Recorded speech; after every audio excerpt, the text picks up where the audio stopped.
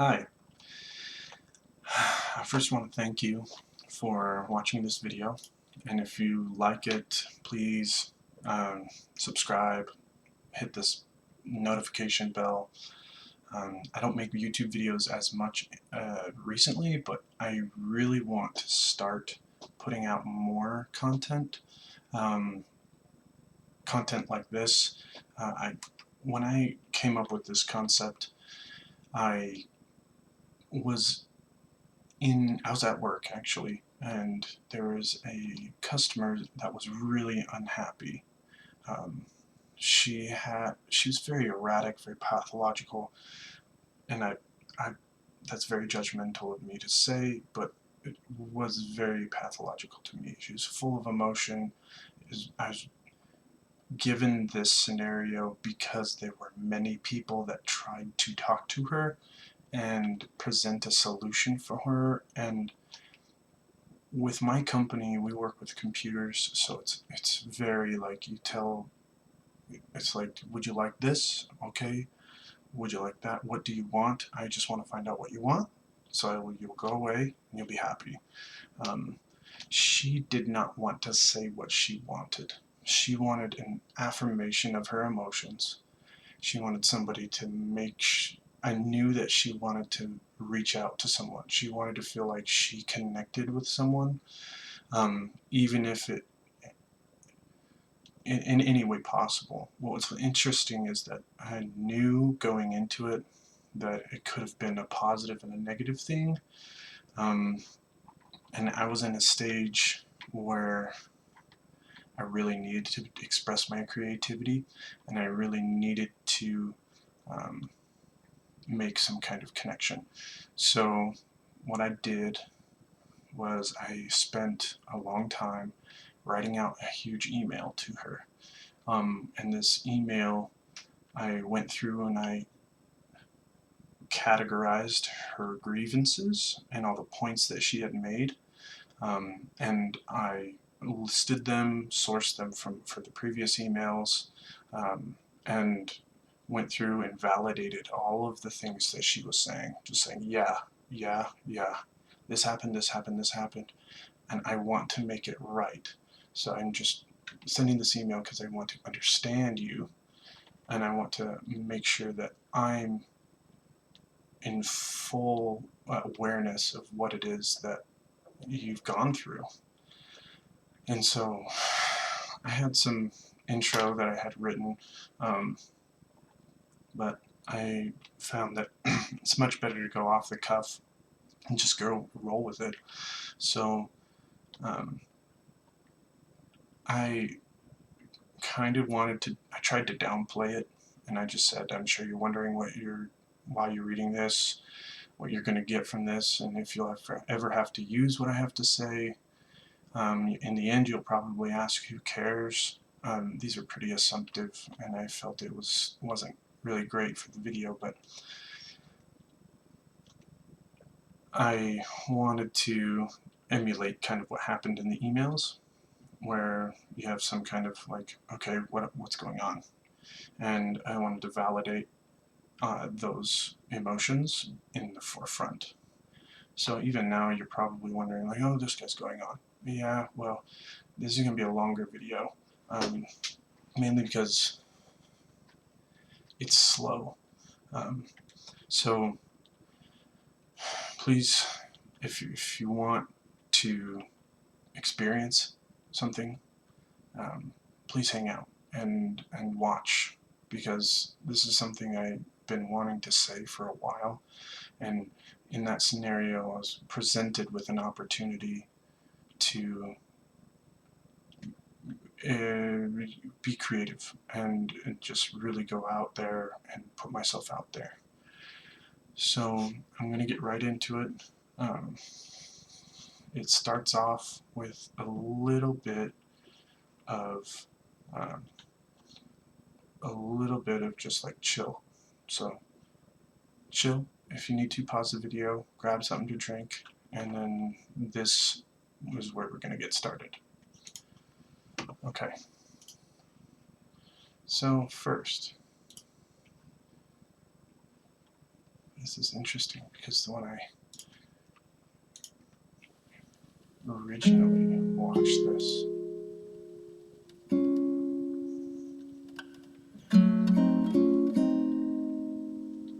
this place never stopped being busy.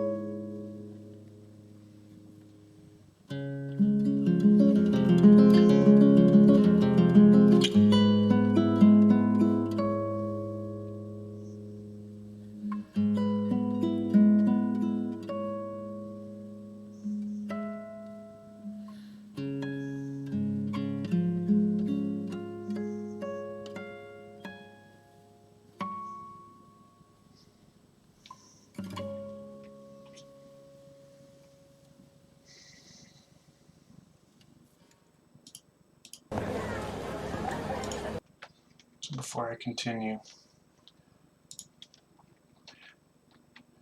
wow, had a whole nother point of view there, because every time I've gone through this, that place is never not busy. It's almost always packed, bumper to bumper, people just walking to and fro like it's just a beehive. Wow, my mind's blown just with all that situation going on.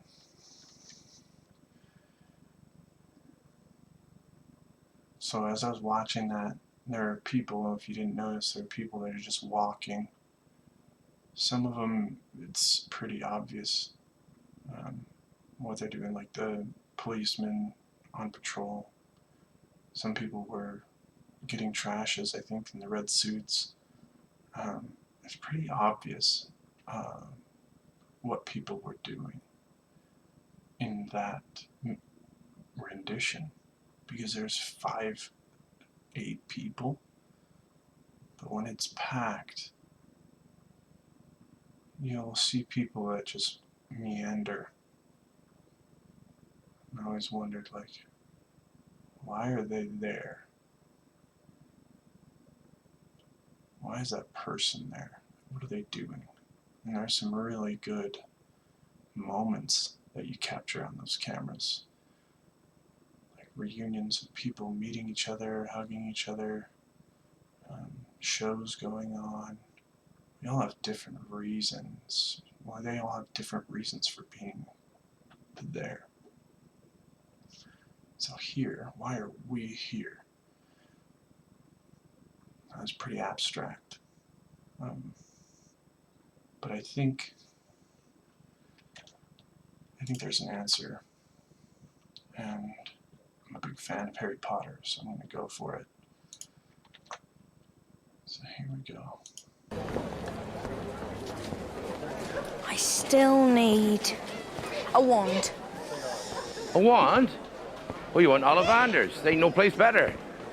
Why don't you run along there and wait? I just got one more thing I got to do. Won't be long.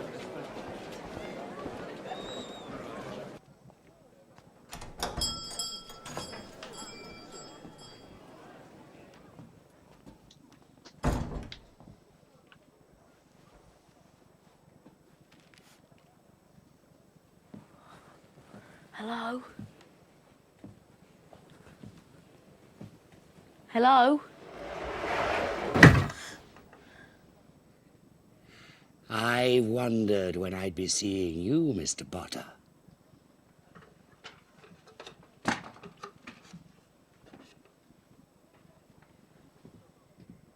It seems only yesterday that your mother and father were in here buying their first wands. Ah.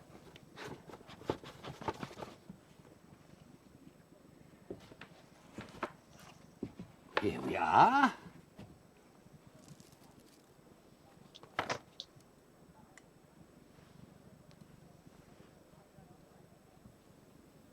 Give it a wave.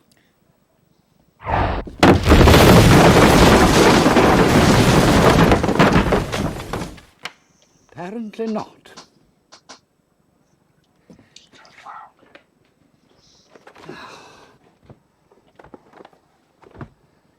Perhaps this.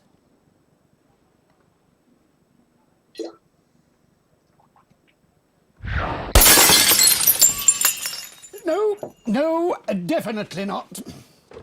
No matter.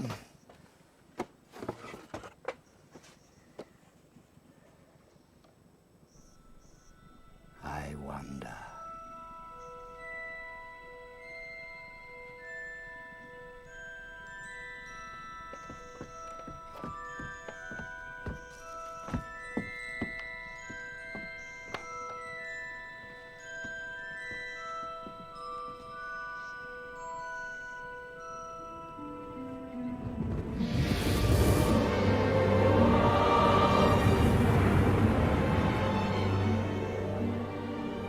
curious. Very curious.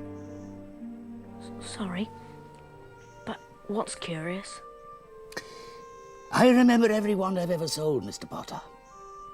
It so happens that the phoenix, whose tail feather resides in your wand, gave another feather. Just one other.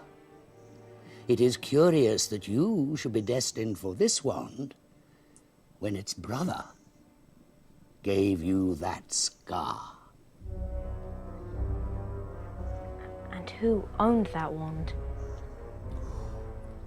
We do not speak his name. The wand chooses the wizard, Mr. Potter. It's not always clear why, but I think it is clear that we can expect great things from you. After all, he who must not be named did great things. Terrible. Yes, but great.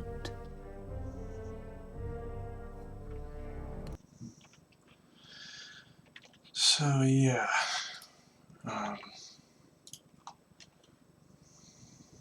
witches and wizards will things into being. It's like a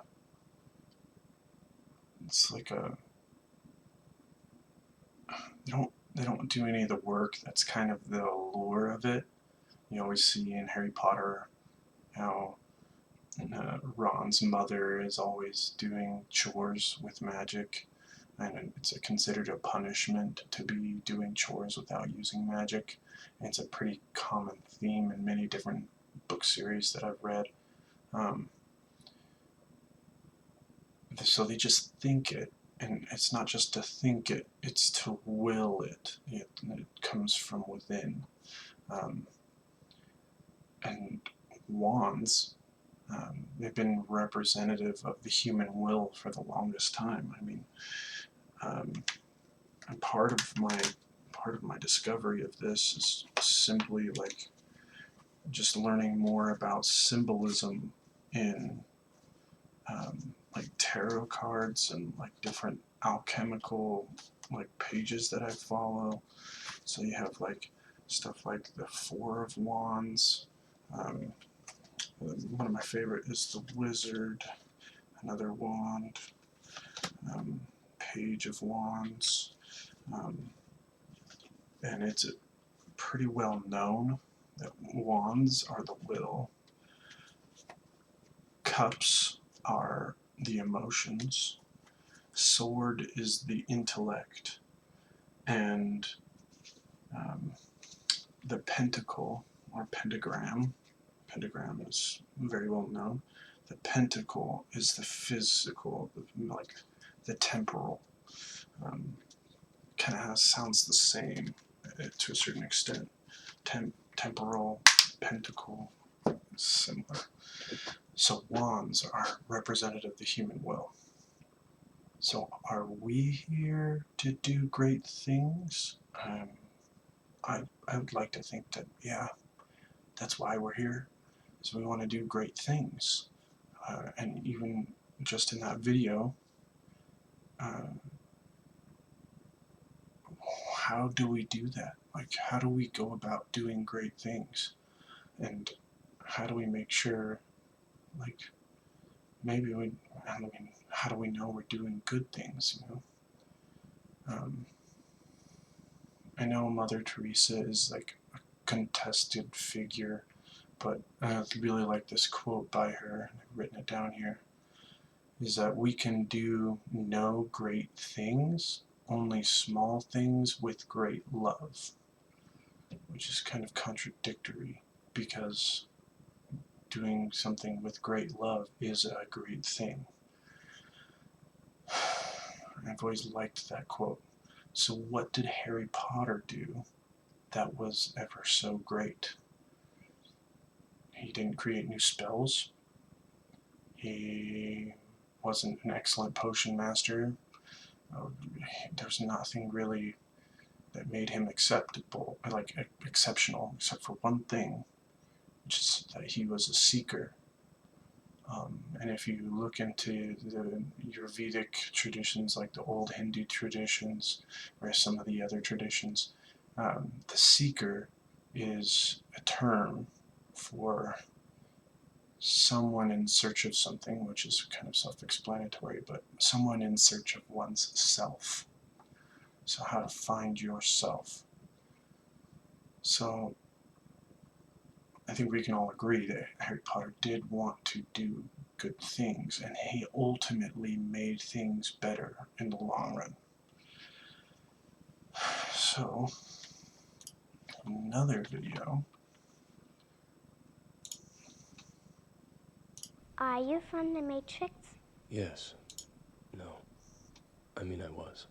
Why did you leave? I had to.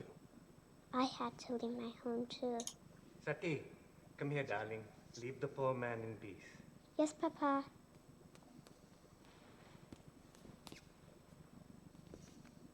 I am sorry, she is still very curious. I know you. Yes, in the restaurant of the Frenchman. I am Ramakandra. This is my wife, Kamala, my daughter, Sati. We are most honored to meet you. Your programs. Oh, yes. I am the power plant systems manager for recycling operations. My wife is an interactive software programmer. She is highly creative. What are you doing here? You do not belong here. Kamala, goodness, I apologize. My wife can be very direct. It's okay. I don't have an answer.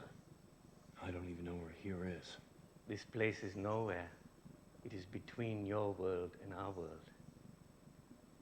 Who's the train man? He works for the Frenchman. Why did I know you were going to say that? The Frenchman does not forget, and he does not forgive. You know him? I know only what I need to know. I know that if you want to take something from our world into your world that does not belong there, you must go to the Frenchman. Is that what you're doing here? Rama, please. I do not want to be cruel, Kamala. He may never see another face for the rest of his life. I'm sorry. You don't have to answer that question. No, I don't mind. The answer is simple.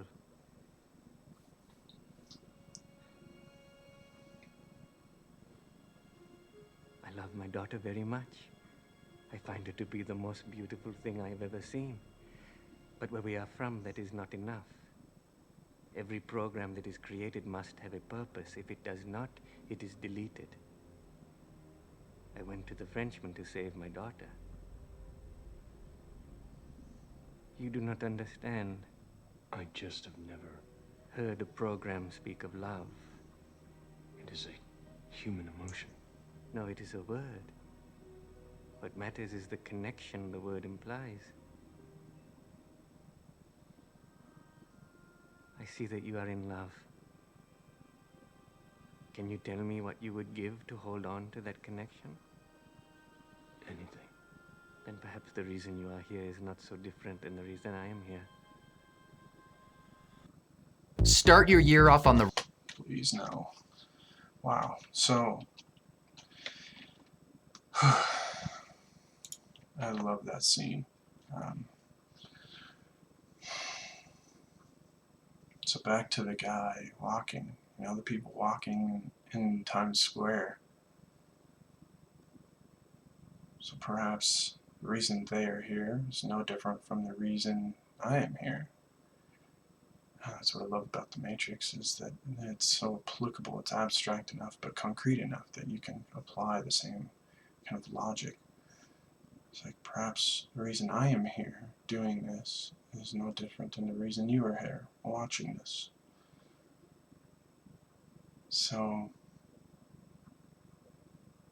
man.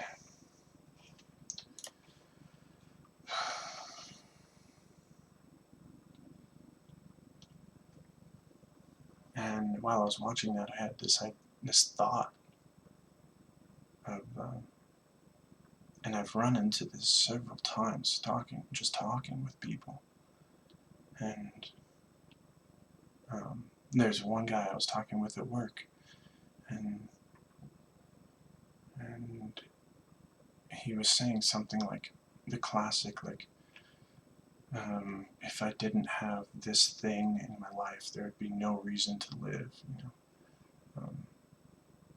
And he wasn't saying it seriously, he was joking around, but we ended up having a small discussion where I was saying, well, is it purpose?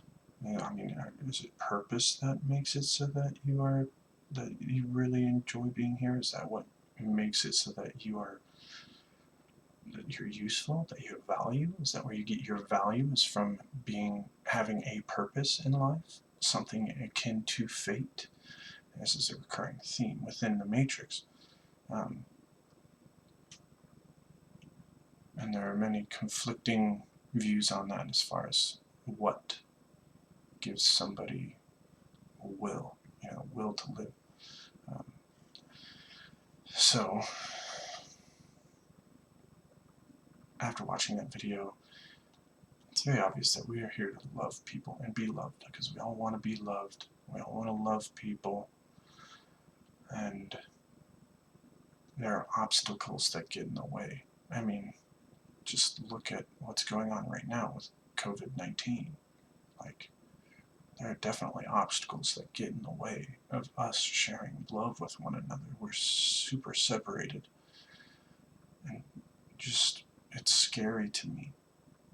The fear of another person, that's more scary to me than the actual sickness. It's just the way we treat each other is going to be impacted. So fear is a very good,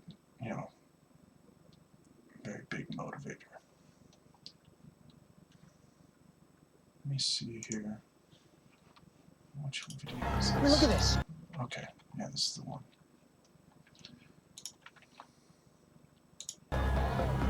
Look at it! A world built on fantasy. Synthetic emotions in the form of pills. Psychological warfare in the form of advertising. Mind-altering chemicals in the form of food. Brainwashing seminars in the form of media. Controlled, isolated bubbles in the form of social networks. Real? You want to talk about reality? We haven't lived in anything remotely close to it since the turn of the century. We turned it off, took out the batteries, snacked on a bag of GMOs while we tossed the remnants in the ever-expanding dumpster of the human condition. We live in branded houses, trademarked by corporations, built on bipolar numbers, jumping up and down on digital displays, hypnotizing us into the biggest slumber mankind has ever seen. You have to dig pretty deep, kiddo, before you can find anything real. We live in a kingdom of bullshit. So there's a lot of fear there. Just, oh man, a lot of just like, it's all negative. And I mean, it's not that much different than what you hear. I mean, I don't think this is an original idea. I think it was well presented, but it's not an original idea. I mean, so what do we do in the face of that fear? Like, how do we overcome this, And that one's done. So what do we do in the face of fear? This is the Reverend Mother Gaius Helen Mohim. She is going to observe you. Please. Jessica, you know it must be done. Your Reverence. What does she fear? What about my father? Paul, listen to the Reverend Mother and do what she tells you.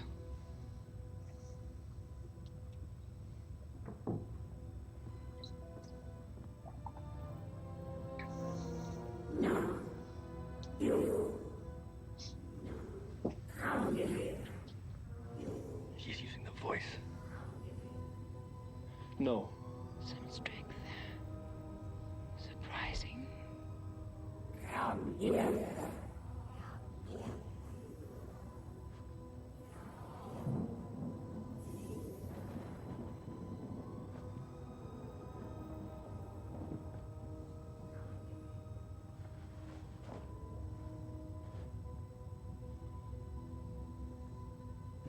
You see this? Put your right hand in the box. What's in the box? Pain. Stop. Put your hand in the box.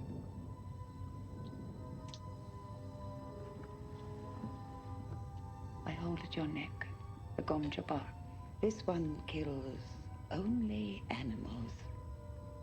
Are you suggesting a Duke's son is an animal? Let us say, I suggest you may be human.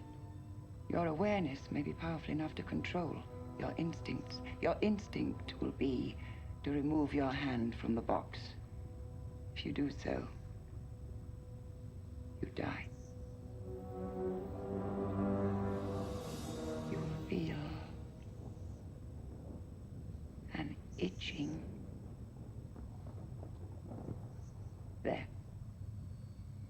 Now, the itching becomes burning. Heat upon heat upon heat. Silence! Silence! I must not fear. Fear is the mind killer. Fear is the little death that brings total obliteration. I will face my fear. I will permit it to pass over me and through me. I must not feel flesh. Mind killer. Crispy. Fear is the death that brings total obliteration. I will face my Flesh. Popping off. Here is the little death. You must not fear. Fear is the little death. I the pain! Enough!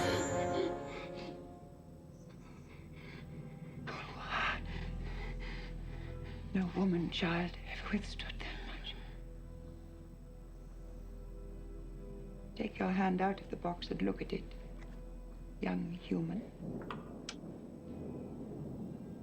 Do it.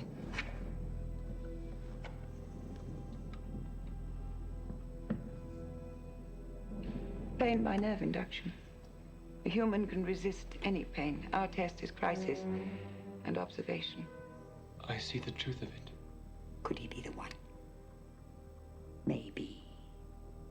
But will he be ours to control? Tell me of your homeworld, Uso. Do you know of the water of life? The bile from the newborn worms of Arrakis? I have heard of it. It is very dangerous. The Bene Gesserit Sisterhood use it to see within. There is a place terrifying to us, to women. It is said a man will come, the Kwisatz Haderach. He will go where we cannot. Many men have tried. They tried and failed?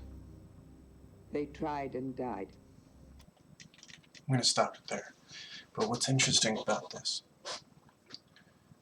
is that the fear of the mother, the fear of the son, because he wonders what the mother is fearing.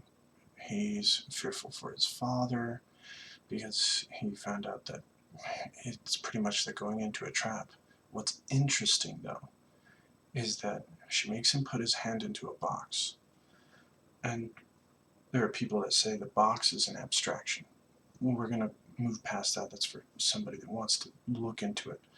But it is an abstraction in the way that it's the unknown. He puts his hand into the unknown, a small, small piece of the unknown, because he doesn't know what's in that box.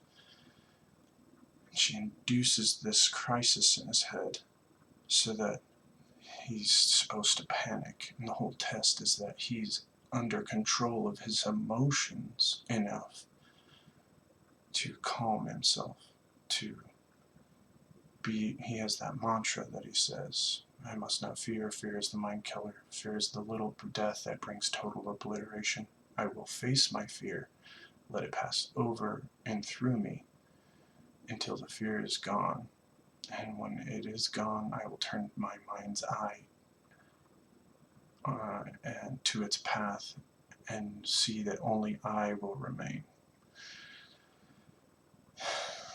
That's the full part of it. He didn't say all of it, but it's a piece of the unknown, and that dark, dark place that she mentions that women cannot look. it turns out it's a genetic thing, and it's like, it's the darkness, it's the unknown, it's the other side, because these are all psychic powers, just much like Harry Potter in a way.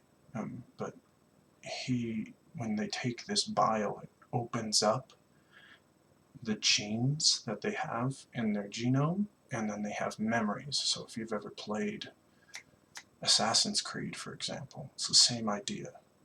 And so he can access parts of the male half of the memories. That is a dark place, because women only have XX and men have XY, and he has access to those. That's a little bit of lore for you, but the important thing here is that he is under control of his emotions. He does not let them control him, because if he does, it will kill him. He will die.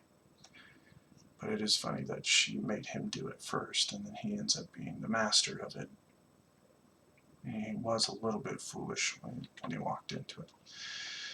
So, I do have another video on here. So how did he overcome that fear? I thought I had pulled this up. Continue.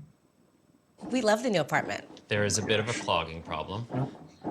That one is done. I think it's... You know, if you take people, and I've told you this, and you expose them voluntarily to things that they are avoiding and are afraid of, you know, that they know they need to overcome in order to meet their goals, their self-defined goals.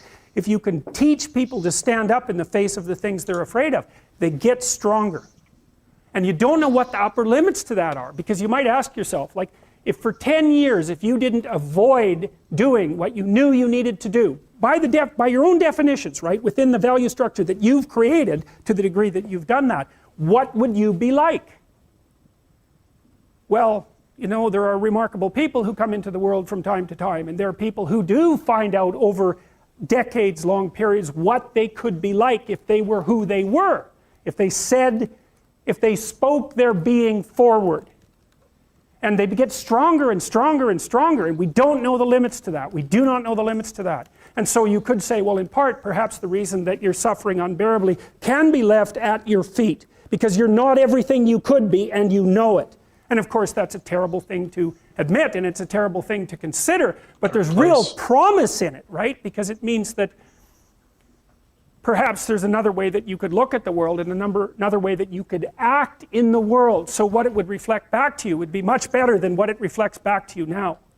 And then the second part of that is, well, imagine that many people did that, because we've done a lot as human beings. We've done a lot of remarkable things, and I've told you already, I think before, that today, for example, about 250,000 people will be lifted out of abject poverty, and about 300,000 people attached to the electrical power grid.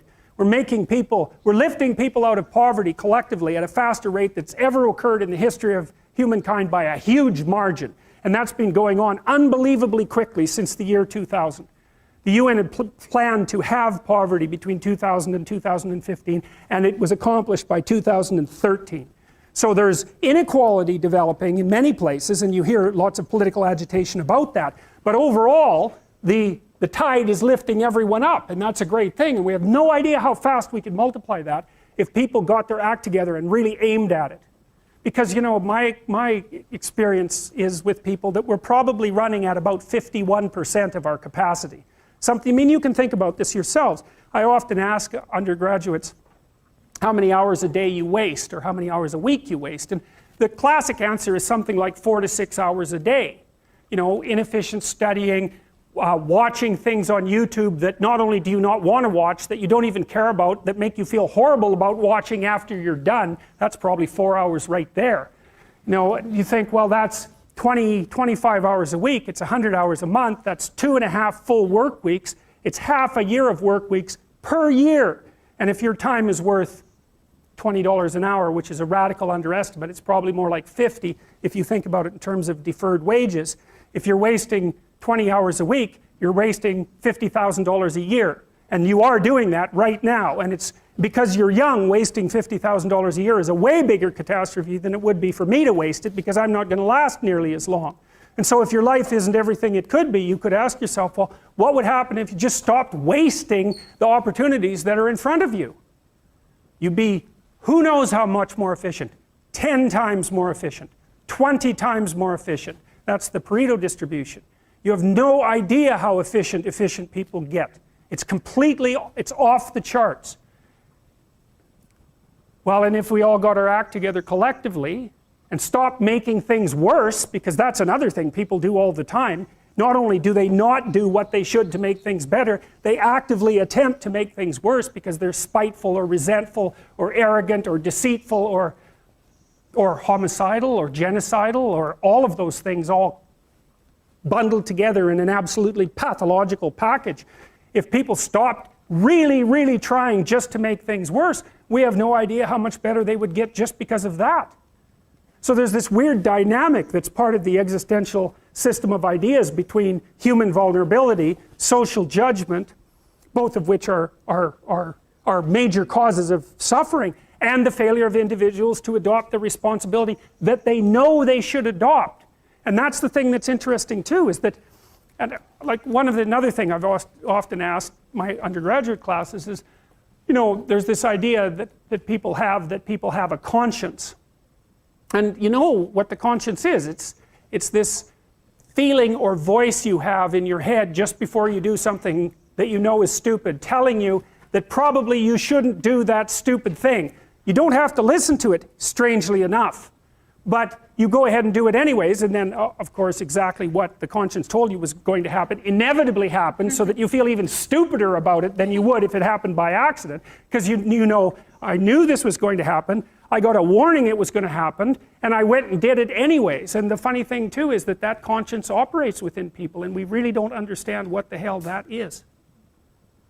So you might say, well, what would happen if you abided by your conscience for 5 years or for 10 years? What sort of position might you be in? What sort of family might you have? What sort of relationship might you be able to forge? And you can be bloody sure that a relationship that's forged on the basis of who you actually are is going to be a lot stronger and more welcome than one that's forged on the basis of who you aren't. Now, of course, that means that the person you're with has to deal with the full force of you in all your ability and your catastrophe, and that's a very, very difficult thing to negotiate. But if you do negotiate it, well, at least you have something, you have somewhere solid to stand, and you have somewhere to live, you have a real life. And it's a great basis upon which to bring children into the world, for example, because you can have an actual relationship with them instead of torturing them half to death, which is what happens in a tremendously large minority of cases. Well, it's more than that too, because, and this is what I'll close with, and this is why I wanted to introduce Solzhenitsyn's writings to you. You see, because it isn't merely that your fate depends on whether or not you get your act together and to what degree you decide that you're going to live out your own genuine being. It isn't only your fate, it's the fate of everyone that you're networked with. And so, you know, you think, well, there's 9 billion, 7 billion people in the world. We're going to peak at about 9 billion, by the way, and then it'll decline rapidly, but 7 billion people in the world, and who are you? You're just one little dust mote among that 7 billion, and so it really doesn't matter what you do or don't do, but that's simply not the case. It's the wrong model, because you're at the center of a network. You're a node in a network. Of course, that's even more true now that we have social media. You'll know 1,000 people, at least over the course of your life, and they'll know 1,000 people each, and that puts you one person away from 1 million, and 2 persons away from 1 billion. And so that's how you're connected, and the things you do, they're like dropping a stone in a pond. The ripples move outward, and they affect things in ways that you can't fully comprehend, and it means that the things that you do and that you don't do are far more important than you think. And so if you act that way, of course, the terror of realizing that is that it actually starts to matter what you do, and you might say, well, that's better than living a meaningless existence. It's better for it to matter. But I mean, if you really asked yourself, would you be so sure if you had the choice? I can live with no responsibility whatsoever. The price I pay is that nothing matters. Or I can reverse it and everything matters. But I have to take the responsibility that's associated with that. It's not so obvious to me that people would take the meaningful path. You know, when you say, well, nihilists suffer dreadfully because there's no meaning in their life and they still suffer. Yeah, but the advantage is they have no responsibility.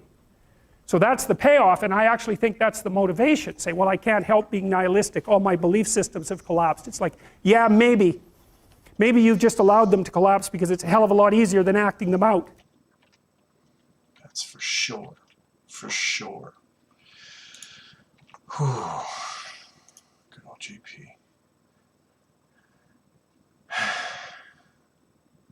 So fear, overcoming that fear, and facing that fear, because a lot of the times that fear is, there's a darkness to it, there's an uncertainty to it. It's very akin to the times that we're in. There's an uncertainty to it, but at the same time that it's chaotic, it's also potential. We have an enormous potential. Potential for what? Well, I guess that depends on why we're here, like what we're doing. If we're making, you know, are we going up and when we showing people that we love them, or just don't care? It's fine. I'm not my neighbor's keeper, you know. Just let it go. Like, I don't care. Why should I care? So what do we do? What do we do here? Well, let's take a look at the next video. Do you believe in fate, Neo? No. Why not? Because I don't like the idea that I'm not in control of my life. I like to be reminded this city survives because of these machines. All those people still plugged into the Matrix, and when I look at these machines, I can't help thinking that in a way we are plugged into them. But we control these machines, they don't control us. It does make one wonder just what is control? If we wanted, we could shut these machines down. What would happen to our lights, our heat, our air? So we need machines and they need us. Candy? You already know if I'm going to take it? Wouldn't be much of an oracle if I didn't. But if you already know, how can I make a choice? Because you didn't come here to make the choice. You've already made it. You're here to try to understand why you made it. We're not here because we're free. We're here because we're not free. There's no escaping reason, no denying purpose, because as we both know, without purpose, we would not exist. You are here because you were sent here. You were told to come here and then you obeyed. It is, of course, a way of all things. You see, there is only one constant, one universal. It is the only real truth. Causality.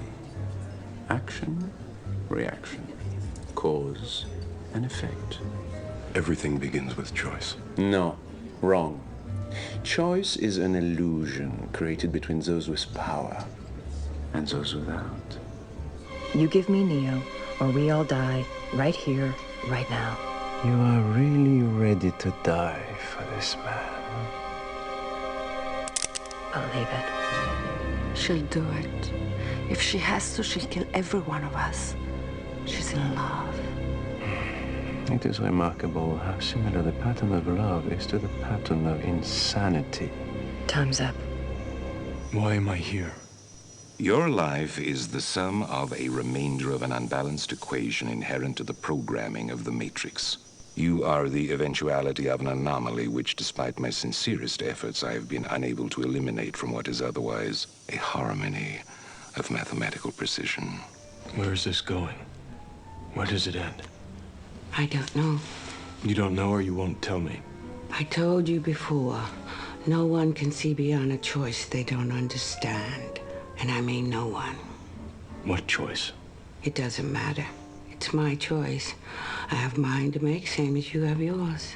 You and I may not be able to see beyond our own choices, but that man can't see past any choice. Why not? He doesn't understand them. He can't. To him, they are variables in an equation. One at a time, each variable must be solved and counted. That's his purpose, to balance the equation. What's your purpose? To unbalance it. Why? What do you want? Everything that has a beginning has an end. I see the end coming. I see the darkness spreading. I see death. What is he? He is you. Your opposite, your negative. The result of the equation trying to balance itself out. Why keep fighting? You believe you're fighting for something, for more than your survival? Can you tell me what it is? Do you even know? Is it freedom or truth? Perhaps peace? Could it be for love? Illusions, Mr. Anderson, vagaries of perception. Temporary constructs of a feeble human intellect trying desperately to justify an existence that is without meaning or purpose. And all of them as artificial as the Matrix itself. You must be able to see it, Mr. Anderson. You must know it by now. You can't win. It's pointless to keep fighting. Why, Mr. Anderson? Why? Why do you persist? Because I choose to.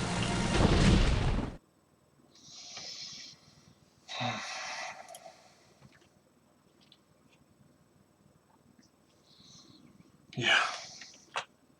Choice. Does start with choice. And choosing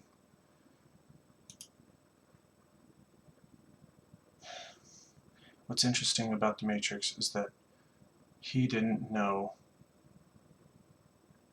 the choices he was making. Like, he didn't know what to do in the first movie, much of the second movie. He wasn't sure what he was supposed to do. He was just kind of waiting around. He just knew that he had this ability, he had this thing that he was going, he was moving in a direction, and he was just going with that. He was following that kind of blindly. But once you start to understand who you are, then you start to understand the choices that you'll make. And then you can see beyond. It allows you to see yourself in a new way.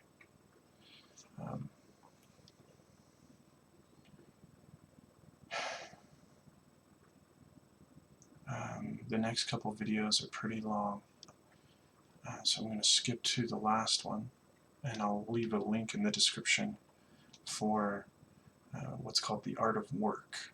And the man who makes it, his name's Maynard James Keenan, he runs a winery, and he does many things. He's a very efficient man. He's very efficient. He has 3 bands. He's got like 4 or 5 businesses, and he's just all over the place, practices jiu-jitsu. The guy's nuts. I'll leave a link in the description. Go, if you want to, pause the video, go and watch that. But ultimately, I'm going to play the last video, and I'll probably end it there. So, last video.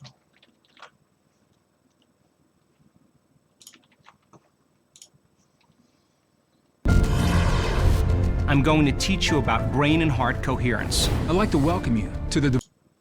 And I really do think it's an open question. I truly believe it's an open question to what degree we could make things better if that's what we actually aimed at doing. You know, in some of the stories that we've covered already, the story of Cain and Abel in particular is really an analysis of that problem, which is so remarkable. It occurs so early in this document. It's such a foundational story.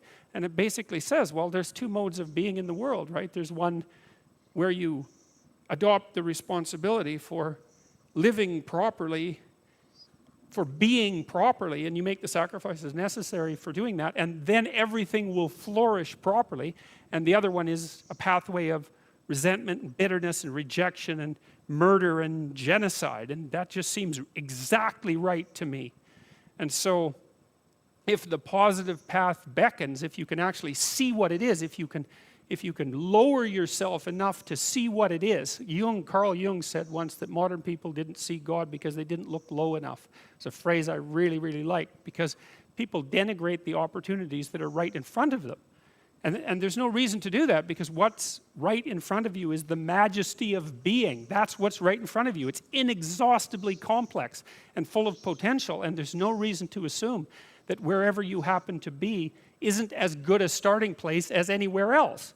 Now, you know, I know some people have terrible, terrible lives. They're in situations that are absolutely unbearable. But I also do know that even situations like that can be made a hell of a lot worse by the by the worst kind of attitude, that's for sure. So anyway, so that's where you are. You're in a damaged structure. You're a damaged structure. You're in a damaged structure, but you know, at least it's got some walls. You know, you're not being fed to the lions on a regular basis, so that's a good thing. And you can emerge forward, you know, heroically, magically, to confront the chaos that constantly threatens the structure within which you live, and you can free something as a consequence of that. You can learn something, you can strengthen yourself. That's the other thing, because what you're actually made of, in many ways, what informs you, what you're made of, is what you encounter when you voluntarily encounter the unknown. And so the more you voluntarily encounter the unknown, the more you get made of, and the more you get made of, the more there is to you, and then the more you're good at encountering the unknown and restructuring order and calling forth proper order out of the potential of being. Why wouldn't you do that, since you can do that? And it's an endless mystery. You know, I think part of it is that people, well, it's also encapsulated to some degree in the story of Adam and Eve, because what happens to Adam is when he becomes self-conscious, right? He becomes ashamed of himself and regards himself as a lowly sort of creature, and there's endless reasons why people would do that, because of course we're rife with imperfection, and so he hides from God. And I think that's actually the answer to the conundrum, which is that people don't aspire to the highest good because they're deeply ashamed of themselves and their weaknesses and their insufficiencies, and so that's not the only reason. I mean, there's the desire to avoid responsibility, and there's all the negative motivations as well, like resentment and hatred and the desire to make things worse. I don't want to, you know, give us too much of a break, but it's something like that.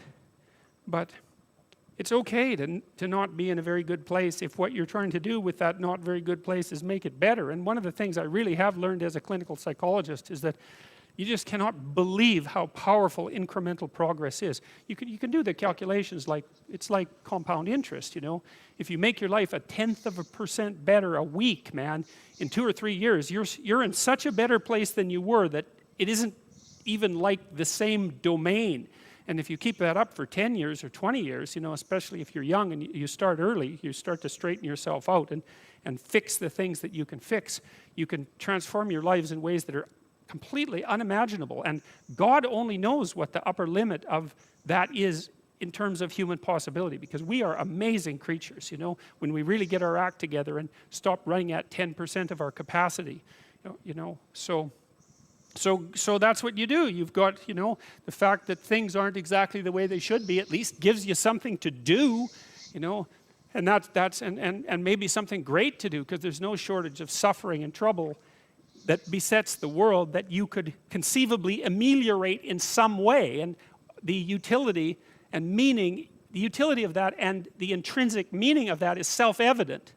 So it also makes me curious about nihilism, for example, and despair, because I mean, I understand those emotions, I understand them deeply, and the intellectual mindset that goes along with it, but they just seem beside the point to me in some sense, because there are so many things that need doing that all you really have to do is open your eyes and look at them and then decide that you're actually going to do something about them. And you might think, well, what's within my scope of influence is so trivial that it's not worth doing. It's like, it won't stay trivial for long if you do it. Not at all, and I don't think it's trivial to begin with. I really don't believe that anything done right is trivial. And my experience in my life has been that anything I actually did paid off. It didn't pay off necessarily in the way that I expected it to pay off, that's a whole different story. But if it was genuine commitment to do something, even if it went sideways and the outcome was really something other than what I expected, the net consequence over time was nothing but good. How did this?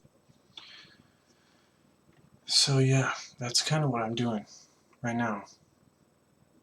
It's like, I'm a big fan of the quote, I don't know what it is that I am doing, but I am nonetheless doing it. I'm encountering the unknown. That's kind of why I made this video. I've been wanting to make this video for a long time, and hopefully this is I can condense it in some ways so that it's a little bit more palatable for many people. But just as a closing note, just you are a node in a network. I'm a node in a network, and I'm risking being the fool, because maybe I look foolish right now. It's high probability that I do. I'm risking that. I'm willing to risk that because I feel like this is a message that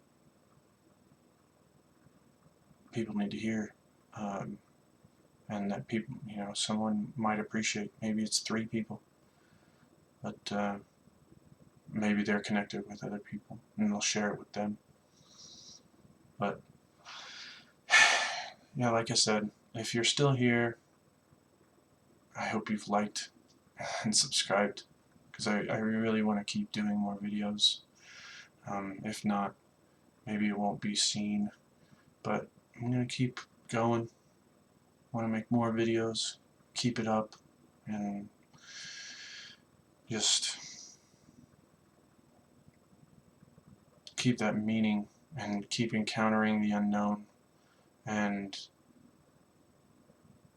trying to stay humble, stay and be humbled by being grateful, and just staying grateful. Because as I spiral out and encounter the unknown,